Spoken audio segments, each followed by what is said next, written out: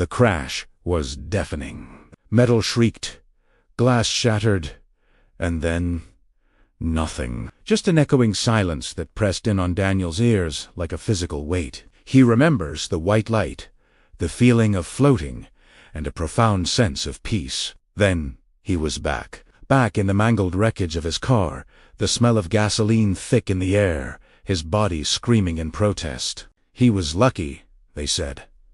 A miracle. But the miracle came with a price. At first, it was just a whisper, barely audible above the drone of the hospital monitors. A voice, raspy and cold, saying his name. He dismissed it as a side effect of the painkillers, a hallucination born of trauma. But the voice persisted, growing bolder, more insistent. Daniel, it would hiss when he was alone. You shouldn't be here.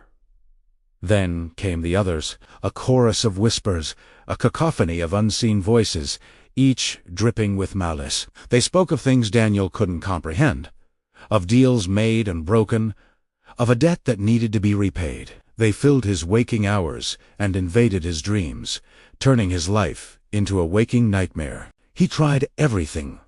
Doctors, therapists, even a priest. They all offered the same bland reassurance. PTSD, anxiety, survivor's guilt. Nothing helped. The voices only grew louder, more menacing. One night, huddled in his apartment, surrounded by scribbled notes and half-empty bottles of sleeping pills, Daniel finally broke. The voices were screaming now, a deafening roar in his head. "Give us back what you took!" they shrieked. You weren't meant to return. He covered his ears, pleading with them to stop.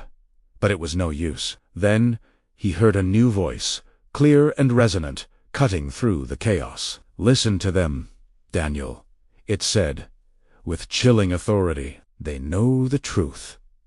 He lowered his hands, trembling. "What truth?" he whispered, his voice barely audible. The voice chuckled, a sound that sent shivers down his spine. "That the light you saw wasn't salvation, Daniel. It was a gateway. And you cheated your way back."